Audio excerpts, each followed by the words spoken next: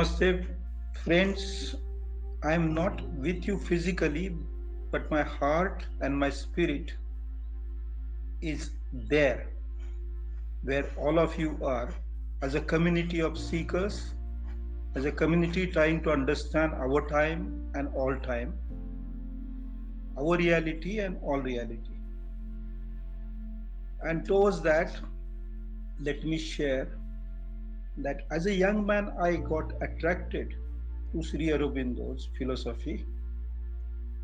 There was no material reason for that to happen, but it happened because it had to happen. And so, for my PhD research, I decided to work on Sri Aurobindo's poetry and aesthetics. After that work was over, my inner voice told me that I should go to Baroda to teach, where Sri Aurobindo used to teach.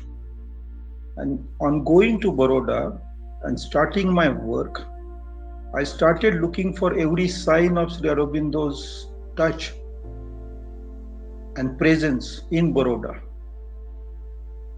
The families who knew about him, his stay, I was there some 70 years after he had left Baroda. But the elders in the family had memories of his stay, and his house, the house which he occupied in Baroda, was there. And the overwhelming impression that I got about the young man Sri Arvind, the Professor Arvind Ghosh, was that he was a man of immense knowledge but an extraordinary humility and great courage. That was very fascinating. And so I started looking at this question of humility. And if Sri Aurobindo himself has spoken about it, my angle was literary angle. And so I was looking at his comments on Shakespeare and Milton and gathered from those comments, let me bring to you the following. Shakespeare, as Sri Aurobindo considered him, was among the greatest of the poets, but a great dramatist as well. And among Shakespeare's greatest tragedies, not only Hamlet, Macbeth, Othello, and King Lear, but there is one peculiar tragedy called Coriolanus. Coriolanus is a Roman warrior who is full of valor, but not exactly courage. When the commoners go to meet him, he refuses to meet them. And he displays an excessive pride. The excess of pride leads to the tragedy of Coriolanus. The absence of humility mars, brings a blemish in his valor and stops it from becoming courage. Now, I found that interpretation very extraordinary. It was the same with Sri Aurobindo's comments on Milton. Milton's Satan, though an angel, the leader of angels, the captain of angels, loses the grace, the divine grace, because of excess of pride, because of lack of humility. This lack of humility, excess of pride in English literature connected me to Sri Aurobindo in a strange way. I started looking at this question of what does humility do to turn our physical valor and mental brilliance into a spiritual courage, a courage of the spirit. And that led me to interpreting the character of Savitri in this wonderful epic that Sri Aurobindo composed, spending several decades. Here is a woman who is an incarnation of great humility and great strength. I was also thinking if this applies to others in our time or in times before ours. And when I started looking at my favorite heroes in history, such as Abraham Lincoln, I found that the quality of humility and courage go together.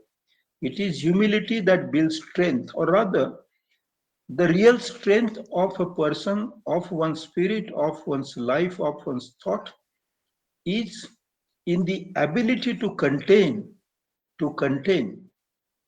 and I repeat that word, the ability to contain pride and to acquire humility. Pride may be natural, an animal quality, but humility is cultural, is spiritual. One has to work towards it. And that is what makes us human. That is what actually marks the progress from our being, this great evolution of which Sri Aurobindo speaks all through his philosophy, from matter to mind, to a level of humanity, to a level of higher civilizational collective being, supermind. It is humility is an acquisition that humans have to make in order to proceed, in order to move from animality to humanity, and from humanity to move forward, one needs something more. That something more is not just the humility in speech and act or in thought and ideas, but it is a great acceptance of what is real with R capital. And that real, the reality surrounding us, what Immanuel Kant called the phenomenal world, the immensity of the space, the multitude of planets, the vastness of the galaxies, the limitlessness of time, and the absolutely stunning abundance of life forms. All of that together is one single reality. Not one of it is separate from the rest. And in its separatedness, it ceases to be real. To be real, one has to accept the thought, the fact, and the truth that one belongs to all of it. One is one, not in being separated from the rest of the reality of this vast cosmos, vast universe, vast time, but it is in accepting that one becomes one. And therefore, the path that Sri Aurobindo laid before the world was not of individual liberation, because there is according to his views, there is a deep contradiction between the term individual and the term liberation. It is only when that an individual ceases to feel proud about being oneself and is ready to accept all reality and be part of that, that liberation begins. And therefore, liberation can only be collective for everybody, the entire human species and all other species, all must evolve. And that evolution is the command of nature, is the truth, the fact of nature, and it will continue. It is just that we need to understand that. In order to understand that, one has to grasp the abundance that nature has created. I mean, it is not just the Darwinian science which tells us that evolution will move forward if there is diversity, uh, but it is a little more than that.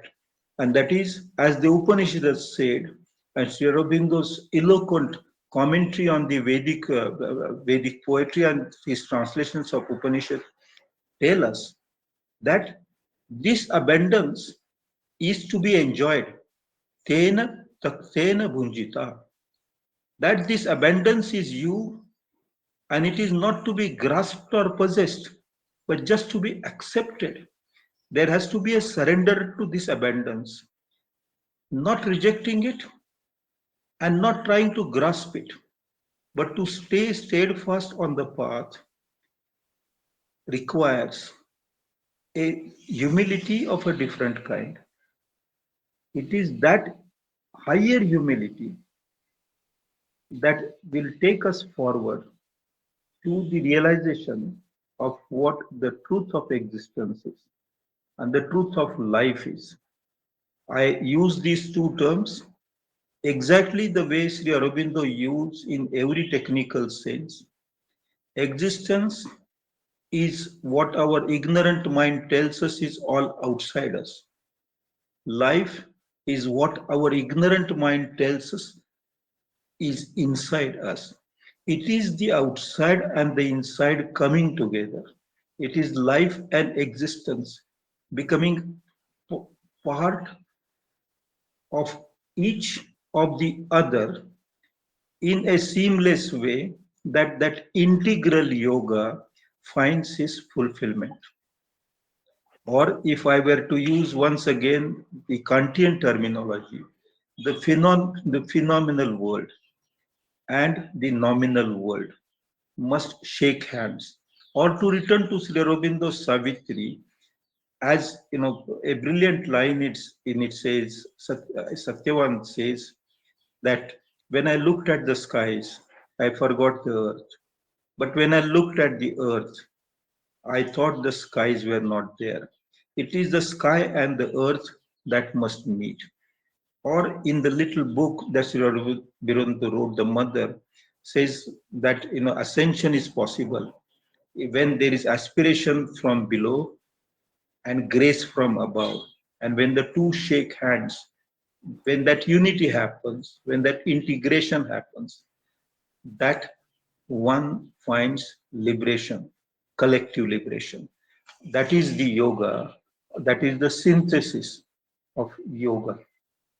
In Sri Aurobindo's understanding of abundance, abundance has to be accepted and not rejected, and yet not to be possessed, not to be grasped, but to to to to to to perceive as our path for a higher kind of humility, for us to know that we are only a link between the vast past of life and the immense future of the spirit. With these words, let me wish all of you a very fruitful time for the entire day today and tomorrow. Namaste.